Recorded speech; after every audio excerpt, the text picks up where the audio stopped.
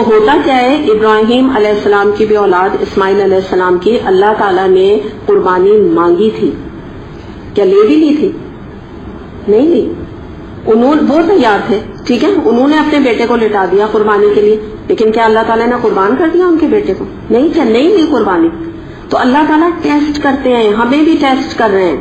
ہم سمجھتے ہیں کہ بس ہماری جو بس اللہ کی بات مانی نا، اب ہماری گردن کے اوپر چھری چلے گی، بس اب یہ سانپ ہے، یہ جو اللہ کا حکم ہے نا، یہ سانپ ہے. میں تو اپنی برادری کا، اپنے رسموں کا، اپنے سوشل سرکل کا میں نہیں فیس کر سکتی، یہ تو مجھے جو ہے نا مار ڈالیں گے لوگ اگر میں نے مثال کے طور پہ سیگریگیشن کر دی، یا میں نے اس دفعہ اپنے بچے کی، ہر بچے کی مہندی کی، اس دفعہ بچے کی ڈانس پارٹی، مہندی، یہ سب میں نے نہیں رکھی، میرا تو حشر ہو جائے گا. مجھے تو یہ لوگ کہتے ہیں ایسے، ناک کٹ جائے گی، ذبح کر دیں گے مجھے، ایسے بھی کہتے ہیں، ہے نا، یہ کر دیں گے، وہ کر دیں گے. تو اب اللہ تعالیٰ سے تو ہمیں ٹیسٹ کر رہا ہوتا ہے. بالکل. اور دوسری بات کیا ہے کہ اللہ تعالیٰ ٹیسٹ کر رہا ہوتا ہے، اللہ تعالیٰ کسی اور پلیزر ہمیں دے گا.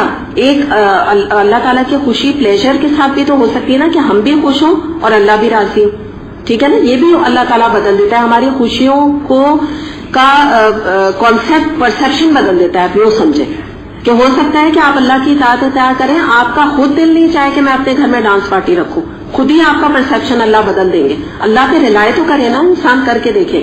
تو اسی طرح سے ہم ایک اور مثال سے میں بتاؤں کہ اگر ہم اپنی اولاد کو اللہ کی فرمانبرداری میں لگائیں گے، ہمارا فائدہ ہے. ہماری اولاد ہمارے لیے صدقہ جاریہ بنے گی، ہمارے لیے نفع مند ثابت ہوگی. جبکہ ہم اس سے کیا کرتے ہیں، وہی عصا، اولاد میں نے نہیں لکھا نا، آپ لکھ لیجئے، اولاد کو بھی ہم عصا بنا کے رکھتے ہیں. کس ٹائم کے لیے؟ حالانکہ اللہ رازق ہے، ٹھیک ہے، اولاد رازق نہیں، اولاد رزق نہیں دیتی. اس بنا پہ کوئی سوچے کہ میرا بیٹا نہیں ہے اور میری جو ہے وہ صرف بیٹیاں ہیں، تو یاد رکھیں کوئی بہت سو کے بیٹے جو ہے نا اس وقت امریکہ میں بیٹھے ہوئے، کوئی نہیں ان کو پوچھتا ہے. تو اس طرح سے یہ بھی ایک اولاد کو بھی ہم نے عصا بنایا ہوا ہے کہ اس لیے ہمارا بیٹا ہو، یا اس لیے ہم بیٹے کو پالیں کہ کل کو ہمیں کھلائے. اور جب وہ نہیں کھلاتا تو ہمیں بڑی مایوسی ہوتی ہے، اور وہ کیوں کھلائے گا؟ کیونکہ وہ رازق تھوڑی ہے. تو ہم اس کو دنیاوی ترقی کے لیے پالتے ہیں. ہم کہتے ہیں بس اس کی دنیا بن جائے، اس کا کریئر بن جائے، میں آرام سے میری موت آئے گی، بہت میں مطمئن ہو کے مروں گی. میں نے کتنے لوگوں سے سنا، اور میں نے آپ کو اتنی دفعہ بتایا کہ یہ مطمئن موت نہیں ہے. اس کو اللہ کا بندہ تو بنایا نہیں، جنت میں داخلے کے لیے تو تیار کیا نہیں. تو کیا اس کو آپ نے تیار کیا دنیا کے لیے؟ کیا کمال ہو گیا؟ نہ ماں باپ کے قابل رہا، ایک چلتا پھرتا پیسہ بنانے کی مشین بن گیا. ٹھیک ہے، یہ منع نہیں کوئی کر رہا، ایجوکیشن از مینڈیٹری، بہت ضروری ہے، باہر بھی بھیجیں، پڑھیں بچے، سب کوئی مسئلہ نہیں. لیکن اپنی روٹس کو، اپنے رب کو، اپنے عقائد کو نہ بھولے. انسان اللہ کی رضا کے ساتھ نوکری بھی کرے، دنیا بھی دیکھے، ماں باپ کو بھی دیکھے، اور جب اللہ سے جڑا ہوگا نا تو ماں باپ کا بھی خود بھی خیال کرے گا. تو یہاں ہم یہ دیکھتے ہیں کہ جو عقل مند انسان ہے وہ دونوں اینگل سے خیر سمیٹتا ہے اپنی اولاد کے لیے. اس کو دین کا بھی بناتا ہے، دنیا کا بھی بناتا ہے، دونوں طریقے سے اس کی تربیت کرتا ہے. پھر اس کے بعد آپ دیکھیں کہ یہ جو میں نے آپ کو بات بتائی کہ قرآن کے احکامات ماننے میں ریشنلسٹ رویہ اختیار نہیں کریں. میں سر کور کیوں کروں، میں سود کیوں نہیں لوں، مجھے تو ظاہر بہت فائدہ نظر آ رہا ہے. نبی کریم صلی اللہ علیہ وسلم نے فرمایا کہ سود کا انجام جو نتیجہ ہے وہ قلت کی شکل میں. قلت کیا ہے؟ بینکرپسی ہو جائے گی، ختم ہو جائے گا، لاس ہو جائے گا.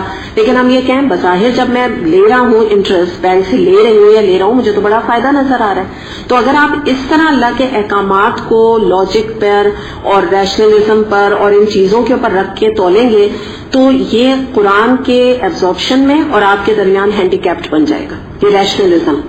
ٹھیک ہے، اور ویسے آپ یقین کریں میجورٹی آف دا قرآن جو ہے وہ آپ لاجک پر ویسے بھی پورا اترتا ہے. کچھ ہی چیزیں ایسی ہیں جو اللہ تعالیٰ نے، جن کے لیے ضروری نہیں، اللہ تعالیٰ مالک ہے، اللہ تعالیٰ کا کلام ہے، اللہ تعالیٰ کی مرضی کہ وہ چیزوں کے بارے میں ریزن دے. اللہ تعالیٰ کی مرضی نہ تھی ریزن کہ میں نے یہ حکم کیوں تمہارے پاس بین، انلیجیٹمیٹ ریلیشن شپ کیوں منع کیے. ٹھیک ہے، دنیاوی تو ہمیں نقصان کیا ہمیں خود نظر نہیں آتے کہ لیجیٹمیٹ ریلیشن شپ کے کیا ریپرکشنز ہیں، یا کیا اس سے گھر ٹوٹتے ہیں، بروکن فیملیز ہوتی ہیں، لڑکے لڑکیوں کی آگے شادیوں میں پرابلمز آتے ہیں، خراب کیریکٹر ہو جاتا ہے، آگے وہ اچھے بچوں کو نہیں اٹھا سکتی ہیں ایسی لڑکیاں یا ایسے لڑکے، پڑھنے سے جاتے ہیں. کہ یہ ہمیں نظر نہیں آ رہے کیا؟ اللہ تعالیٰ کی ضروری ہے کہ ہر بات میں نگیٹ کریں خود بھی، تو ہمیں دنیاوی نظر سے ہمیں کتنی چیزوں کے نقصان پتہ چل رہا ہے.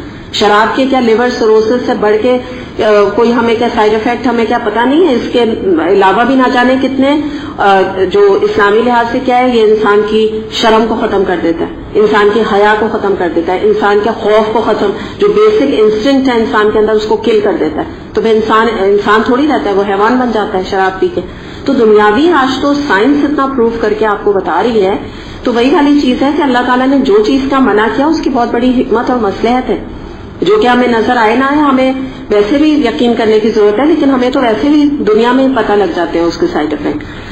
تو یہاں پر ہمیں پتہ چل رہا ہے کہ موسیٰ علیہ السلام نے اللہ پہ، غیب پر کہہ لیجئے، اللہ پہ کہہ لیجئے 100% ریلائی کیے کہ اللہ تعالیٰ میرا 100% نفع چاہتا ہے، اور اس سے بات ماننے میں، اللہ کی بات ماننے میں، اللہ کی طرف رجوع کرنے میں 100% میرا نفع ہے.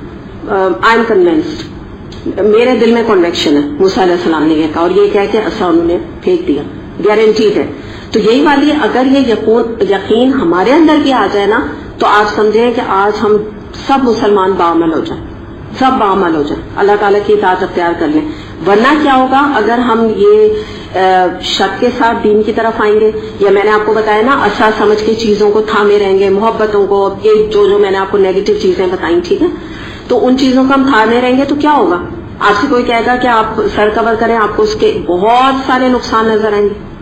مثال کے طور پہ میری شادی نہیں ہوگی، میں بہت بری لگوں گی، میں نے آئینے میں دیکھا میری تو شکل بہت بری لگ رہی ہے، میں سوشلی آؤٹ کاسٹ ہو جاؤں گی، میری تو پارٹیز میں جی بہت بڑی لگوں گی، بالکل بہت ایج میری زیادہ لگے گی.